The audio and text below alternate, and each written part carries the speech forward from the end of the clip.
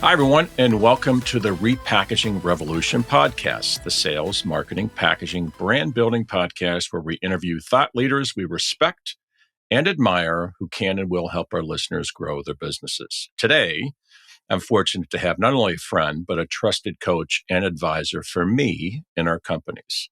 Emily Ann Page is a business growth strategist for CPG brands. She's helped commercialize, launch, and grow sales for hundreds of brands in e-commerce, Amazon, and brick and mortar retailers, specializing in sales, product development, brand packaging, profit, and scaling. At the same time, she's created a secondary and rapidly growing extension of business growth beyond packaging and marketing, more into executive coaching of business leaders themselves, which we'll hear and learn more about today. Emily Ann Page, welcome to the show. Thank you for having me, David. I'm really happy to be here.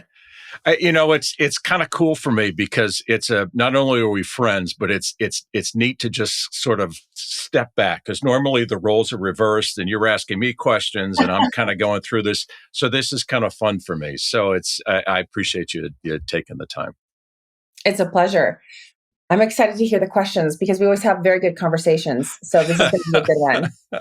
So what we'll do is we'll touch base just slightly, and then we'll dig into on the background, because it ties into the executive coaching, because obviously you don't just start out being a coach, you have to have that experience behind you. So let's just kind of gloss over a little bit, being involved with several different businesses, Pearl Resourcing, and of course, then you've had ownership stakes in a couple different other brands themselves. Can you take us through a little bit of your background?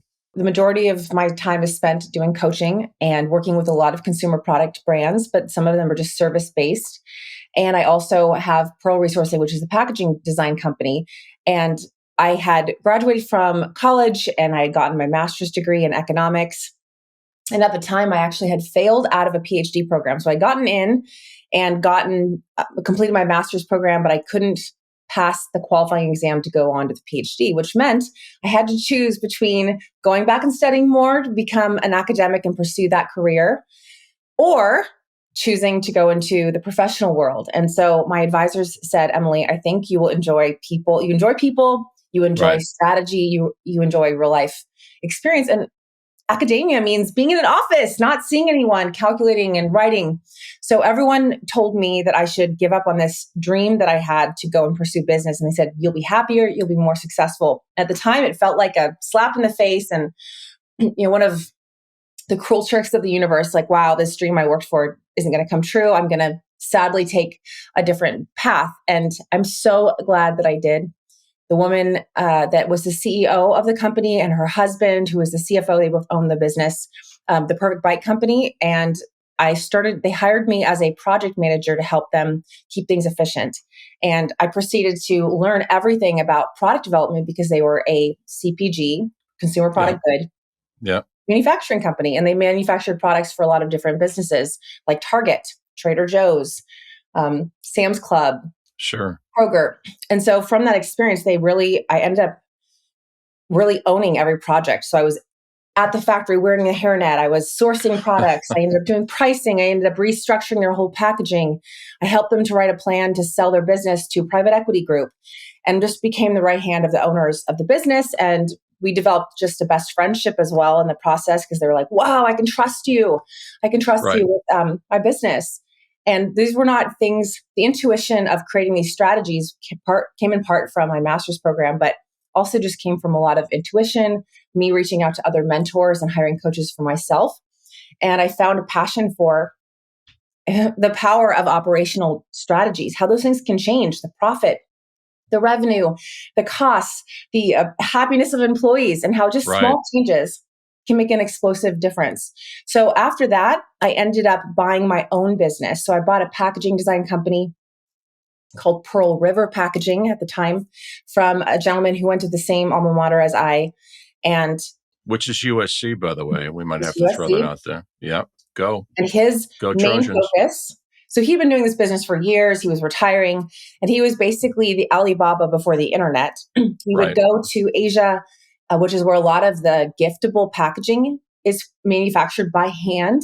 And he would go and help companies like Hallmark, Pro Flowers, Hershey's to manufacture packaging. So he would talk to the US company, go and make the design over there and import it. So I bought a manufacturing business, the relationships that come with that.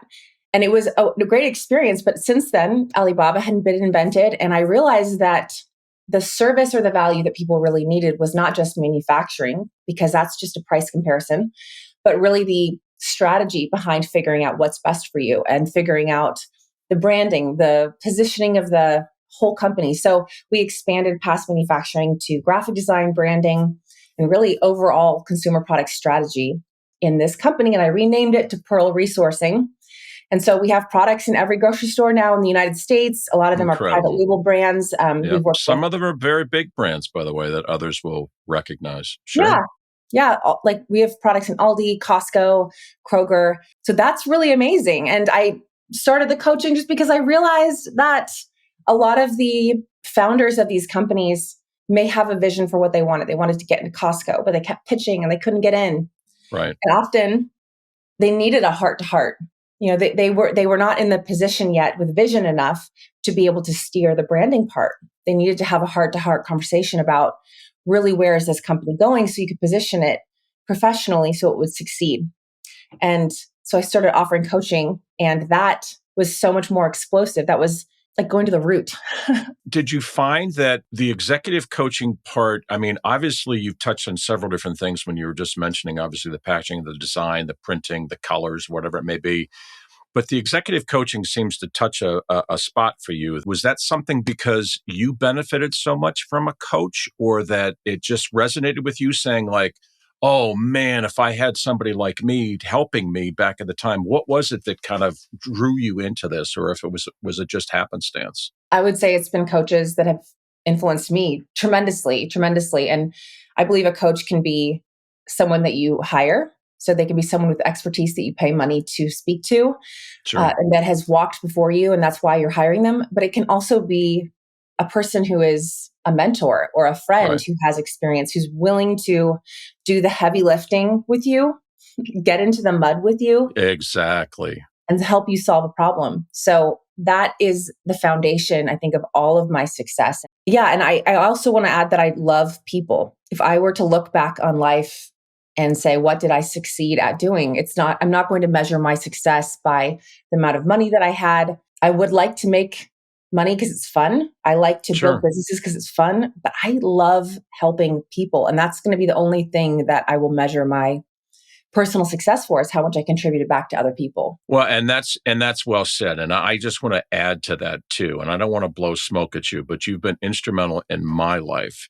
And the fact that your ability to kind of get past the fluff. I mean, that's the one thing, and we've all had various levels of coaches over the years, and people kind of focus on certain things, but you have this unique blend of being able to say, okay, is it financial? Is it operational? Is it something that, but to get to the core of a business founder and say, where's your heartbeat? Where do you really want to focus on? And where's your passion lie? And if you stay with that, all good things will come. But if we're running 1,000,000 miles an hour, and most people are at this level, at this stage, and they don't have that independent voice on their shoulder saying, hold on 1 second, hold on 1 second, and that's what's just been such a huge thing for me.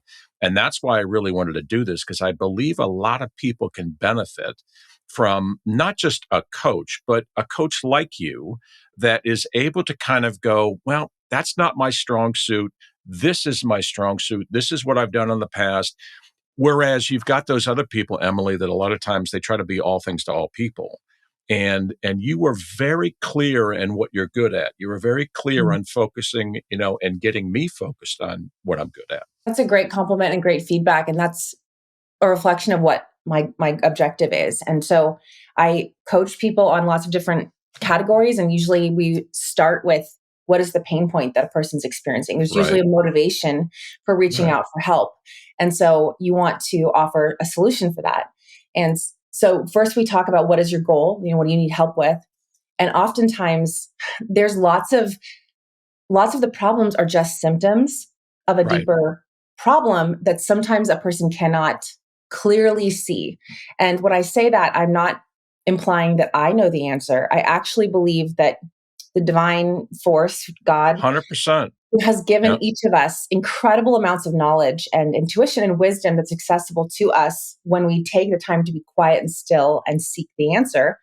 And for some reason, we can't see the back of our own head. We can't, Right. do dental work on our own teeth. We are made to be in community with one another. And Yep. you can see me Yep. with different insights than I can see myself. And if you care about me enough, you will be a kind reflection of who I am and how the world sees me. And you will help me to see myself more clearly. And so that's what this coaching objective is that a person comes with a problem and they may not know this, they don't know the solution yet. They can't articulate the solution. So a good coach should challenge you enough to find your own answer.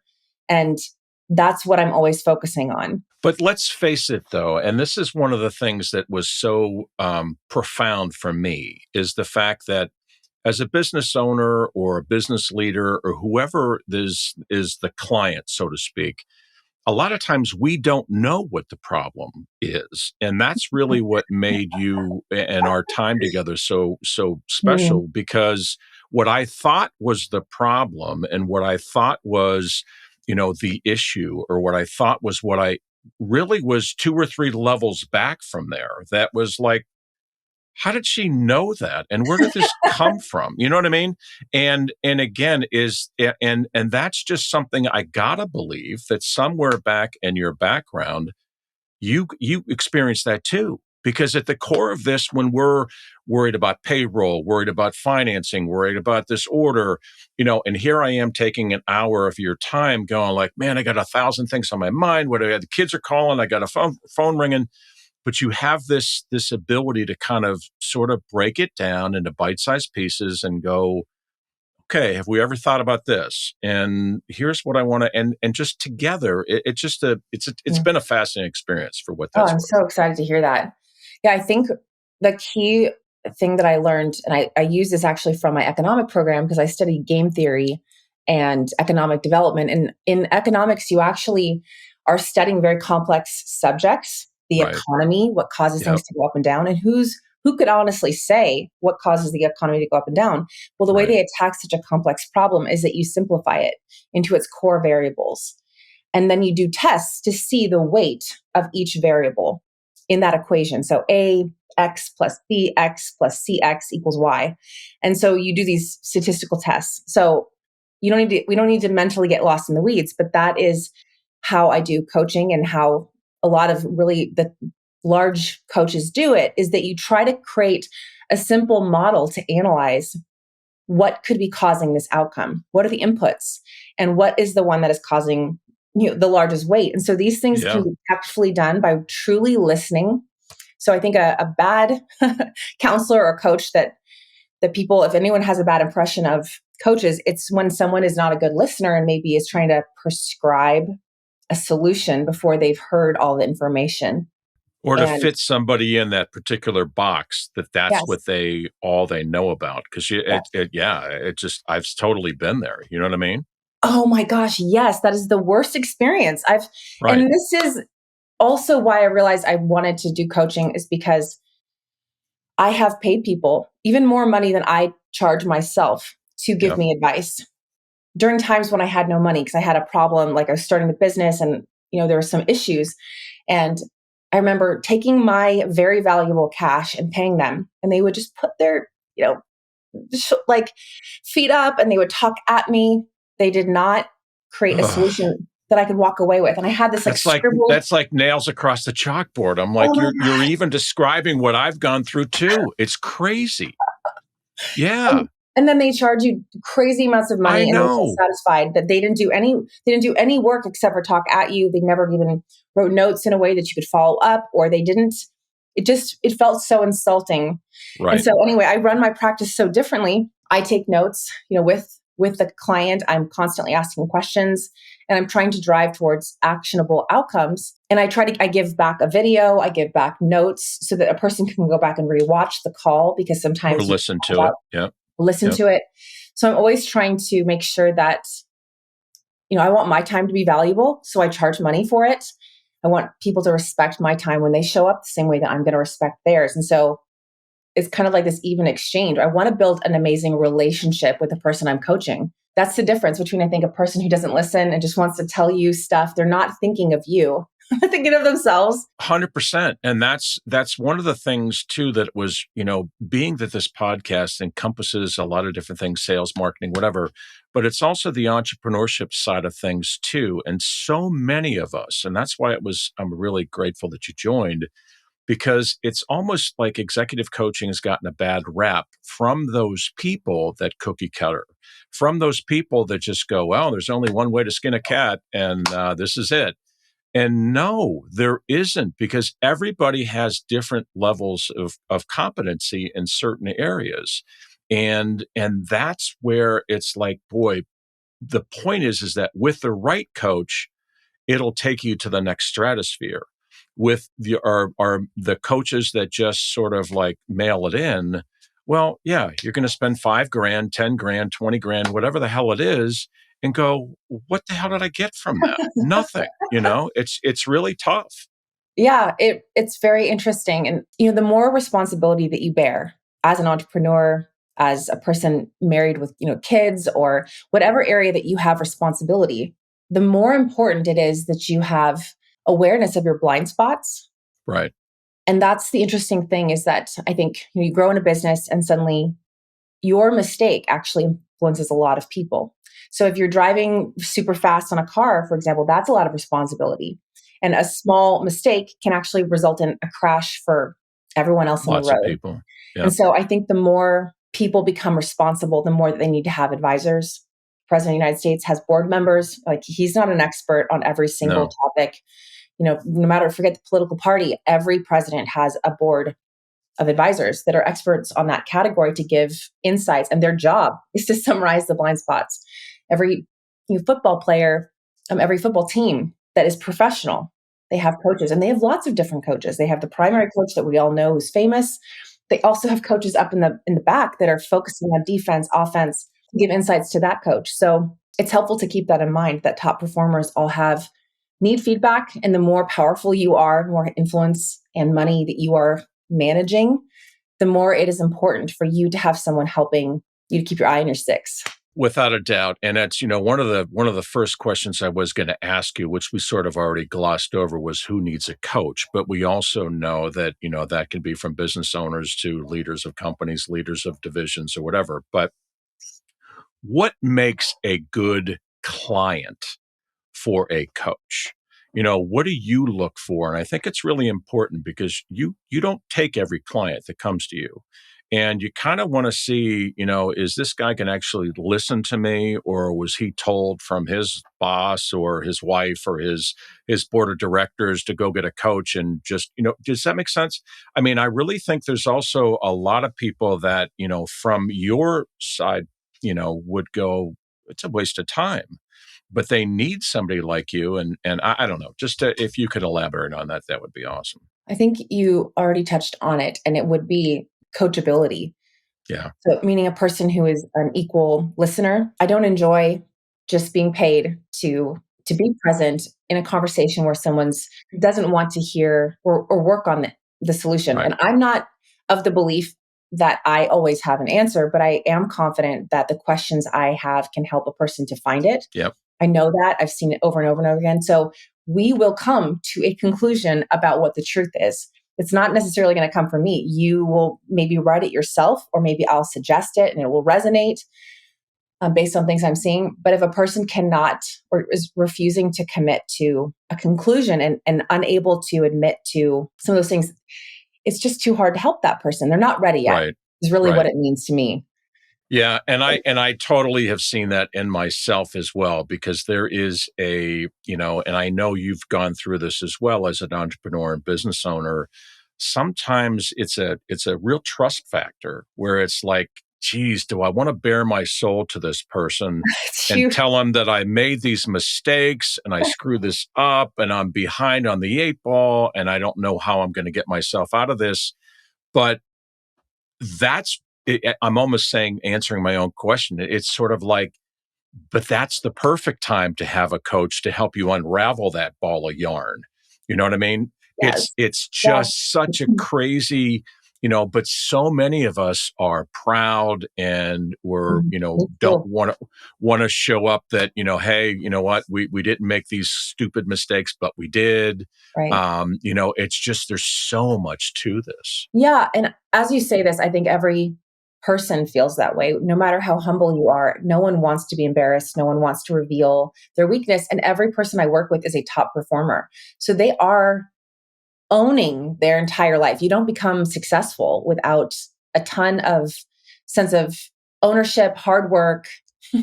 They're not easily Failure, failure. tons of Yeah. failures.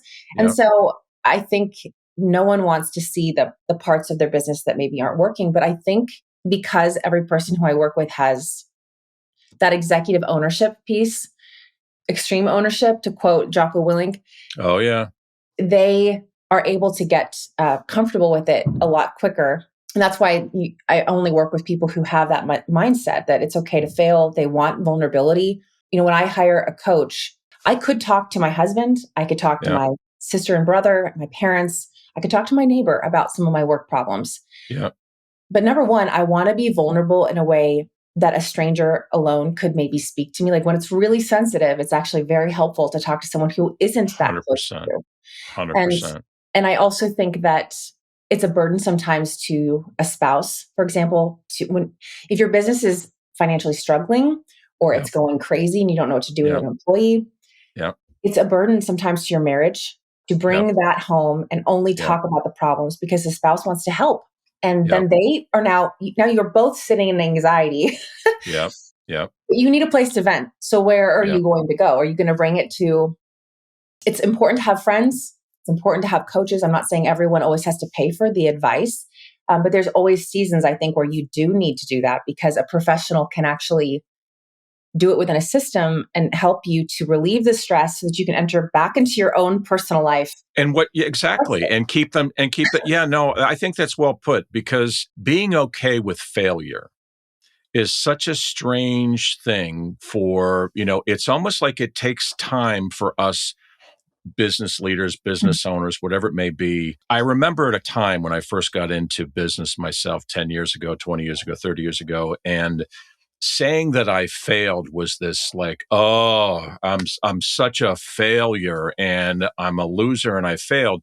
But now it's almost like what I try to teach our kids, and I know you can relate to this, is that you need to fail. We need to learn. That's the only way you learn. If we're teaching our kids how to ride a bike and they fall off, we don't say, well, good luck. That's it. I guess you're not supposed to have a bike. Right. No, it's get back up and get back up. But again, what's really tough in our world, especially in the US, is failure often is met with, oh, well, that puts you in the loser's bracket then. And that means that no bank is going to want to work with you or no one's going to be able to want to, you're not going to. And it's just I really wish we could do this overhaul in this term and phrase failure, because failure is not Right. necessarily a bad thing. It's actually how we learn, and it's actually a good thing. Right. Yes, I agree. And I'm uncomfortable with failure because I really like to win. I like to be the best. I always want to be perceived as smart and intelligent and accomplished. And so there's still specific areas where I feel less accomplished that I feel insecure about. And Yeah, every me human too. has that. And it doesn't, for me, it's gotten better because I can coach myself through those thoughts. They still enter my brain. No one Right, ever admits that there's multiple thoughts within your head. We call that bipolar, but everyone has multiple thoughts. It's part of how your brain decides danger. Like, oh, that's yeah, a tiger over there. No, it's not. yeah, It's just yeah. a shadow. So you Yeah, have this inner dialogue, and you can turn the volume up, yeah, different voices based on the habits that you're keeping, based on the conversations that you're allowing into your life, the people that you're spending time with. So it's one of the nice things about coaching is getting the ability to get perspective of those moments of failure. sure. A great example is one of my clients was going through a distressed financial period and probably needing to give up equity and Mhm. take a private equity investor. And they were just really distressed about it and feeling a lot of shame. And anyway, we ended up talking, and I just encouraged them. This is actually going to be one of the most miraculous moments of your life. I know this is not what you hoped it would work, but you've been struggling with getting financing for machinery. You needed to make certain changes, and you have all this demand and you didn't know what to do with it.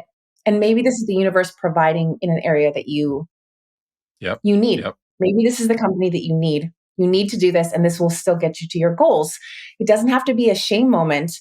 Just reassess, realign. And first, I could just see his shoulders were up to here when he was pressing this awful thing. I mean, he was embarrassed. He felt shame. Yep. And the shoulders just dropped.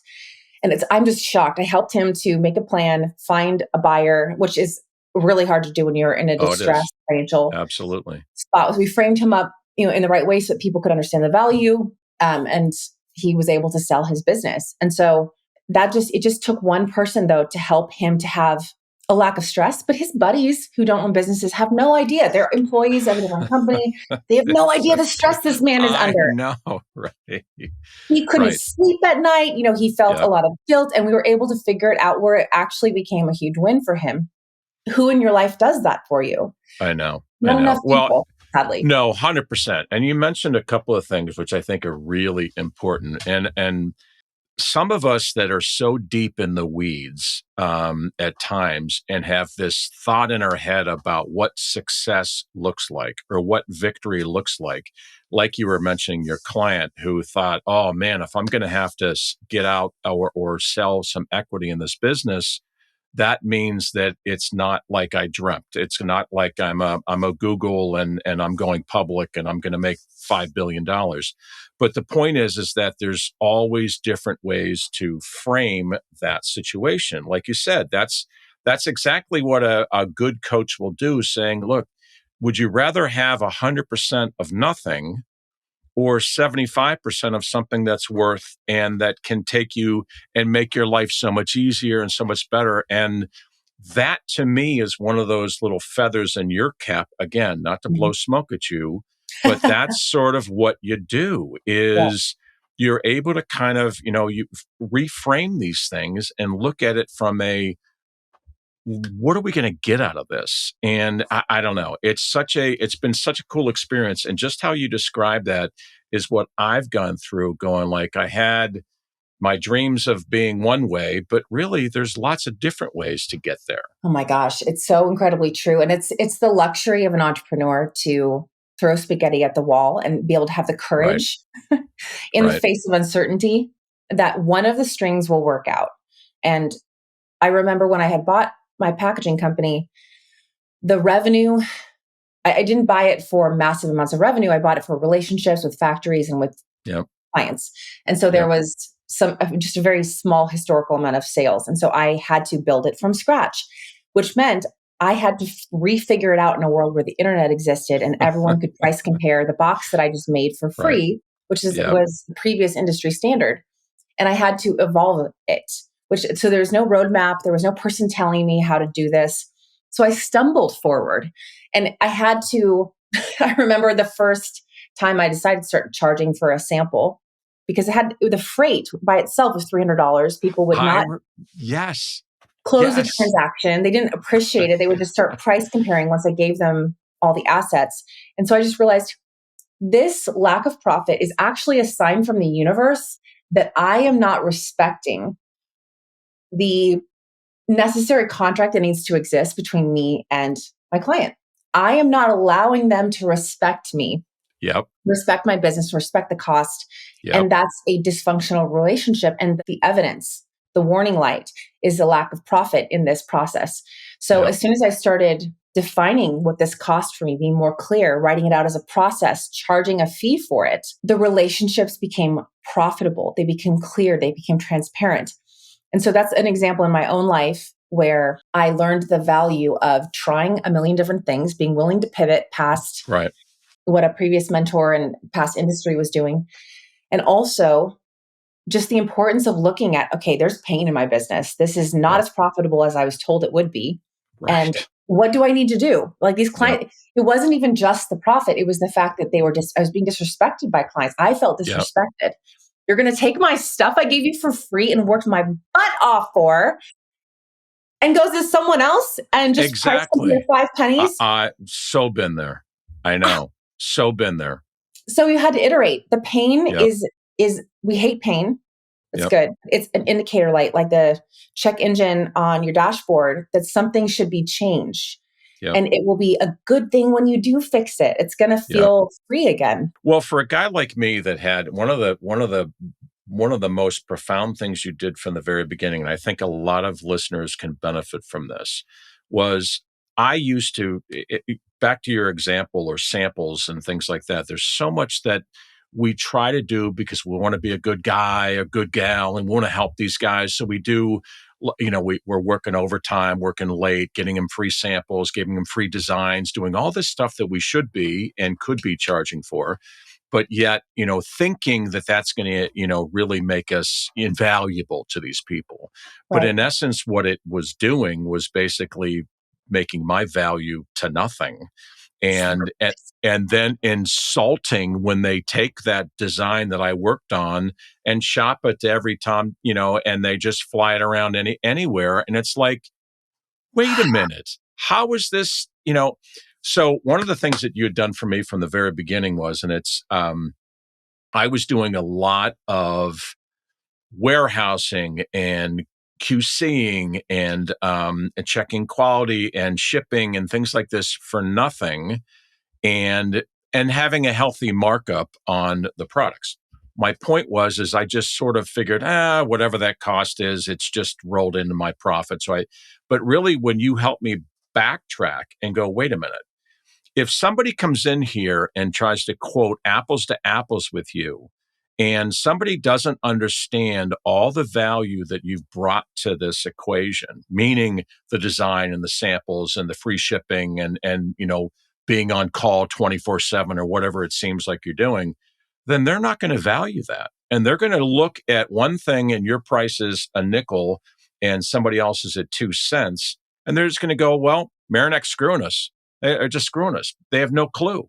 And until we're able to but what you said back to your sample and charging for samples and that was, but if you list that out and at least explain that differently, here's your cost. It's 2 cents, Mr. Customer, but your service fee over here is an extra whatever that is. And it basically is reframing it again, but it's breaking it out. So somebody goes, wow, I never knew that. How about that? And again, people only respect what they pay for, and people only, and if they don't, they think it's nothing, and it just Right. like, where did that come from? It's crazy. Well, and I think, having known a lot about your business, you are a powerhouse, and it's crazy the amount of clients that you're helping, the amount of quantity of products that you're manufacturing, and you have built this empire. Well, and you did that with this attitude of, I'm going to do whatever the heck it takes to Right. close the client, to deliver on things. And that's why you've built this massive business. And this one area you're describing is just one area you just couldn't see. That one, it's just a tiny little change. And it's really just putting up boundaries in a different way. And that's just it's such a good example. You're a monster of industry. And that one change, I think, has improved your relationship with your business, right? 100%. And just the key thing that you just said were boundaries. Because again, in this world that we're living in, where you've got so many different personalities at each company, and especially the bigger the company you work with, the more levels of those quote unquote personalities. I'll call them something Right. else off the record, but there's all these people all over the place, and everyone's got their own ego and that. But if you don't have boundaries set, and if we don't say, okay, all right, these samples are $100. Right. Well, I'm not going to pay for the samples, or, well, okay, well, then that's fine. You can, but my other supplier gave them to me for nothing. Well, Right. why isn't your other supplier here on Friday afternoon at 4:30, Right. 3 hours from home? You know what I mean? So it's Right. all these different things, but the boundaries, and I think one of the things you said from the beginning too was set the boundaries early, right? Set the boundaries as much as often as we can, or just remind them of the boundaries, because otherwise they'll just forget and assume And Right. then we all look foolish. It reminds me of when I live in Dallas. It's considered one of the most dangerous places to drive in the world because people are a little aggressive. And so when you're driving 80 miles per hour with massive trucks Yep. weaving in and out in front of you, you need to regularly take an assessment of your surroundings. You need to define the perimeter. You need to find the goal where you're going. Or if you are driving that fast, you can get off course so quickly. You miss one exit. And if you Yep. don't are continually checking the map and the goal, or if you're not continually checking your surroundings, you can get into a very dangerous situation just by you're just staying focused, driving safely, but you have to be aware of the other circumstances. And the faster you're going, the more often you need to be aware of this. The boundaries sometimes even have to change. That, for example, free samples did work in the past because people didn't have an alternative to Right. price compare, and the Right. industry evolved. And we can forget to go back, and every one of us, me included, we always Oh, yeah. need to reassess, okay, wait a second, why is this problem existing in my business? And defining the perimeter and setting the goal and coming back and checking it regularly is essential. And so if you don't have a coach that does it with you, have a friend, like call a fellow entrepreneur, make a Yep. short-term commitment to do this for 3 months and check in with each other. It's something that you can create this for yourself. If anyone's listening and they wish that they had more accountability, inspiration, you can create this for yourself. Well, let me go back to some of the blocking and tackling of the coach relationship, if you will, because I think it's important that I want to cover some of that too. In your perfect world, a commitment from a client, is this a lifetime? Is this you've got clients that work with you short term, long term? What is that, sweet spot for you and frankly for a client that would want your services? There are a lot of coaches who would like you to join a program or a certain termination point. And I currently have a very flexible model where you can pick to spend time with me as long as you wish. So Yep. whether it's tackling a single problem or whether it's continually renewing with a regular retainer. So I have a couple of clients who pay a regular retainer. They meet with me 2 hours on a Monday or it's a Right. Tuesday and two Right. hours on a Friday, Yep. because we talk through every aspect of their business from sales, HR, and they really need a fellow executive who they're managing a Be multi-million real. dollar company. Yeah. Yeah, Be you gotta real be real. with. Right. And the reason why they do this is because their clarity, emotional, mental, strategic, their clarity trickles down to all of their employees and influences millions of dollars. Right. So we literally, it's literally a venting session, where we go on a topic. These are the pain points I'm experiencing. We talk about a solution for every one of those categories of issues. And that's one client who started just wanting help and advice on getting into retail. So they started with a small package and now we meet all the time. I'm a very important part of their company. Like they're sending me all the new products and all these things. That's one example. Right. But other people, they just have a short period of time. Like I had one client who was a doctor's office and they wanted to sell their business to another doctor. And they didn't Right. know how to do that. They had a few candidates who they had some conflict with. And so they couldn't figure out how to formulate an agreement that would be a win-win. And so we went through, and also that would pay the right value. So we went through the Right. whole process. Right. At the end of that process, the transaction was completed. They wrote me an amazing review. They don't need any more help. And there was a reason why I asked that, because I know that that's actually one of the real benefits of working with you is that flexible schedule.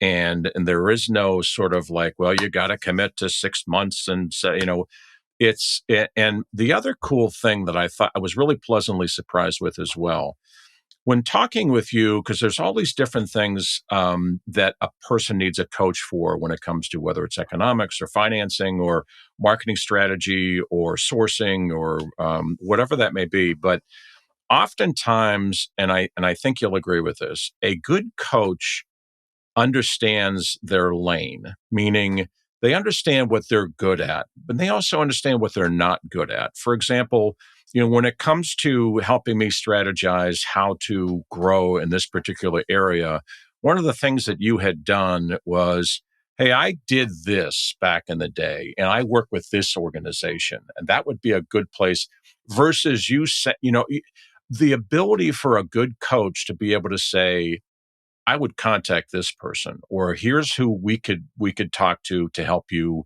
set up your company for sale or exit or whatever it is. But a good coach, and I think you'll agree, really doesn't have to control all those pieces. A good coach is helping me in this case find the right people to contact to help me, the right, you were mentioning about the different trade shows to get involved in or not get involved in. Right. And again, your experience of being able to offer that is invaluable. And it's Mm, not like it's a price tag, but what I'm saying is right. I think a good coach I think that really separates a good coach from somebody that's just sort of just trying to mail it in. Oh, that's good to hear. That's good feedback. It's really amazing how small changes, like just going to a different trade show or having one person that you end up contacting and working with, it can actually make a substantial financial difference for a business. It Yeah. just takes one really good piece of advice. Well, and you know what? And to tie this together for our listeners, one of the things that I had said when we talked about trade shows, I immediately went to, I'm done with trade shows. Emily, I'm done. No, I want to do it. And your point was, oh, okay, let's talk that out a little bit. And let's talk about where were you going and why is that so? And again, Right. what came out of this was Mm. all trade shows aren't bad. It's the right trade show for the right what I'm trying to get out of it. And that's the game changer. Yeah, that's interesting. There's a lot of people who focus strictly on online marketing. So they sell digital ads and that's what they believe works. Some people believe in face to face relationships. Some people believe in cold calling. They believe in chat bots and LinkedIn bots. And the truth is that different techniques work for different people depending upon their personality to Yep. begin with. Whether you feel, Yep. I mean, you're a person who feels so comfortable in front of people face to face. And I think it's one of the ways you can dominate because you are so friendly, you've got a great presence, you're articulate. So it's just interesting to talk to different businesses because they don't all succeed in the same ways. And it's not from lack of technique. I think Right. you can get Right. better, but some Right. people just have natural gifts. And Yep. so anyway, it's fun to talk. It's fun to talk about and help listen to where you found success and be like, wow, okay, her first hidden clue is where you had success before. Right. And we sometimes, especially when we are so successful in something, we can get bored with what worked in the beginning, the fundamentals of what Right. we did. The blocking and tackling. Sure. And that's usually where we have to go back to is what was the basics of the foundation of our business, of Right. business in general, and then reanalyze those things with those little blocks. Like, does this block work? Does this block work for me? How do you go about in your world? Because you're in the mix of a lot of different organizations, a lot of people.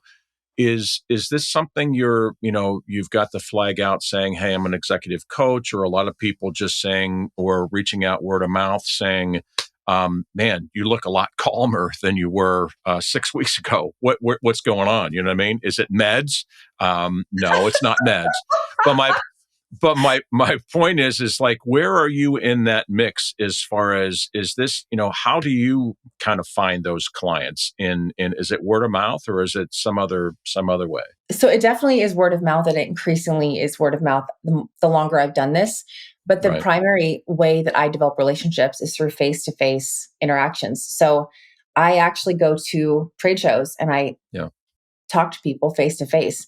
And I also do live webinars. So I do educational programming based around the curriculum that I use for my coaching. And what's interesting, I literally last night had a friend who is a part of a $1 billion company, and he Mm. built it as one of the partners.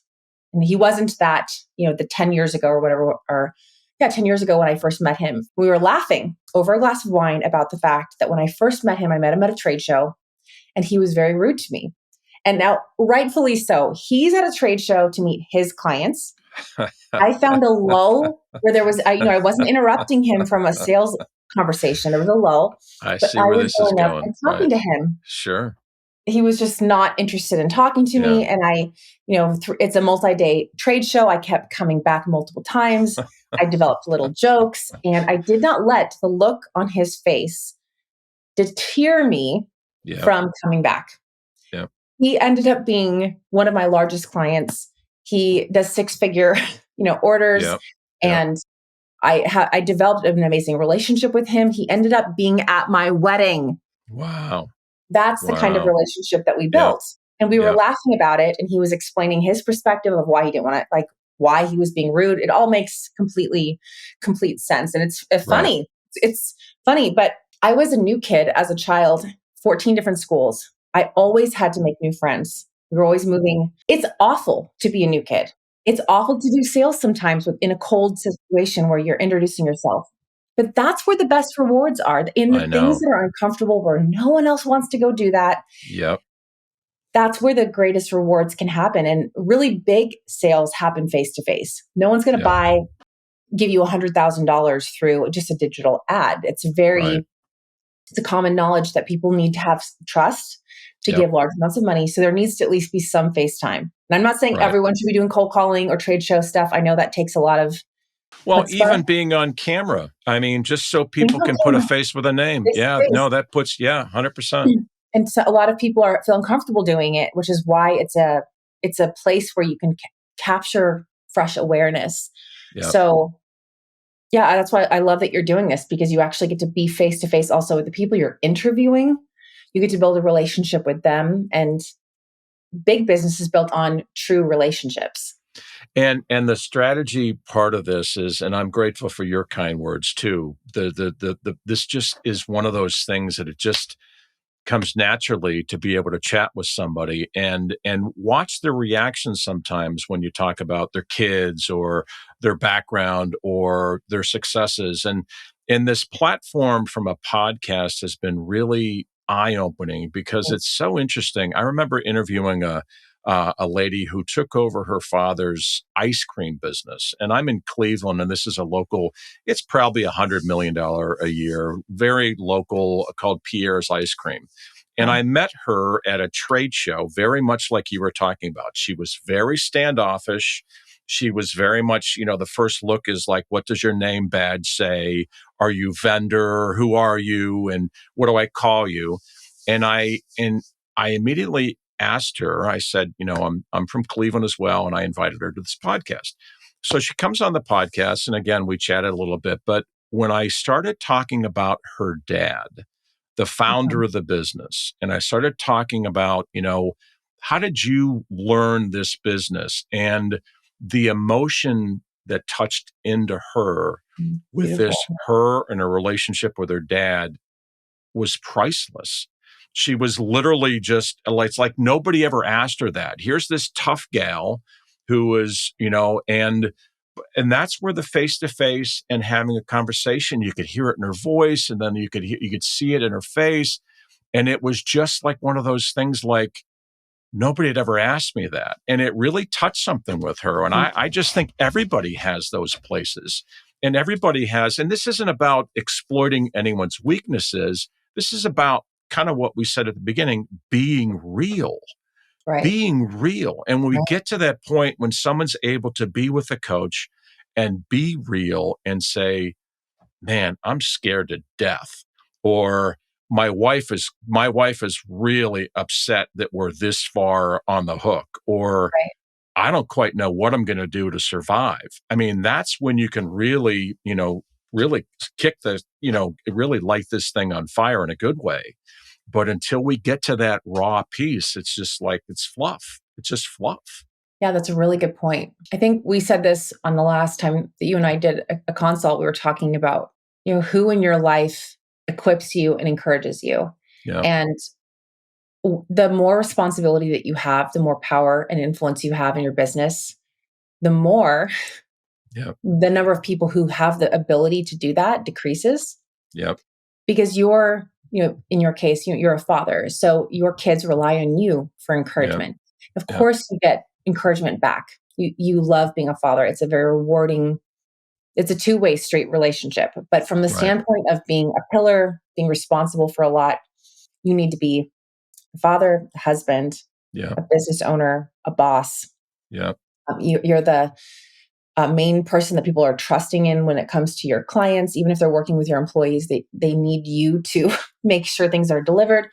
So at that point, who is lifting you up, who is reminding Yeah. you of who you are, who's reminding Right. you of your strengths of the business, because everyone's coming to you with their problems. Employees are complaining about each other. Like vendors are complaining about payment terms, like Right. clients are complaining Right. about this. So there needs to be a space of commitment to positivity, to encouragement, to re-strengthening, retooling, self-care, Right. Right. and mentally cleaning out your brain, because Big a time. truly powerful person is always listening to these people and solving their problems. But just because it's urgent doesn't mean it's truly as important Yep. as this bigger picture piece, which is Yeah. about the centering of yourself so that Yep. you can be strong enough to Yep. carry everything else that's on your shoulders. Yeah. And that and it is such a great place for us to wrap this up. I could talk to you forever. You know Vice that. versa, David. Oh my goodness. And it was We're such so a fun. it's so cool that, to get to that, just like you said, a good coach is going to help lift you up, is going to help you be able to kind of look at yourself independently and do that in a way with love, with care, and not beat your brains in, because the world is hard enough as it is when everybody relies on the chief cook and bottle washer for everything. Oh, I can't believe she said this, and payroll's due, and what are you going to do about this? And the banker's calling, and wait a minute, there's a bill collector. And it's Mhm. like, you've got to be kidding me. And again, you know what I mean? So it's been so refreshing, and you've brought so much to my business, my life, and I can't thank you enough for doing this, with me. But I think it would actually, I know our listeners will get a ton from this. So let me ask a question to wrap it up. What would somebody that wants to connect with you? Is that Emily Page, EmilyAnnPage.com? How do they get in touch? If you are interested in working with me and you want to snoop about me more, and maybe even make a discovery call, you can go to emilyannpage.com. And If that's you're with an interested in, E after Ann. yes, EmilyAnnPage.com. And I'll put If a you link are to interested this. in connecting, because now is not the right time to get a coach, but you're interested in just connecting, you can add me on LinkedIn, and I'm Emily Ann Page, same spelling. And Yep. you can add me on LinkedIn, and you'll also see a lot of the posts that I do in terms of blogs, YouTube videos, all those things. They're all going to be there on LinkedIn. Well, the other thing too, just for everybody's benefit too, the discovery call was quite helpful, because it's a no charge consult, if you will, but it basically gives you a real good, solid face-to-face meeting. Who are you? What do you do? And I highly recommend it, even if people are just kicking the tires, so to speak, and say, boy, in quarter 1 of next year, I need to get a coach, or by the end of December, I want to be ready. This is the perfect time to look at this. And this is the perfect time to just kind of step back for 15 minutes or so and chat with you just about just getting real, or being real. And for what that's worth, everybody, that was a great way for me to get to know Emily, and to be able to really kind of get started on this process. So Emily, I'm so grateful for you. I'm giving you virtual hugs all the way from Cleveland. I know it's got, yeah, I know it's a little bit nicer and warmer in Dallas, but I am so grateful, and I'm so thankful that you joined us. Well, thank you for having me, David. I always love talking to you. And I just hope that anyone who regularly listens to your podcast feels encouraged from our conversation today. You got it. Thanks, pal. I appreciate it. Bye. Have a good Bye. day.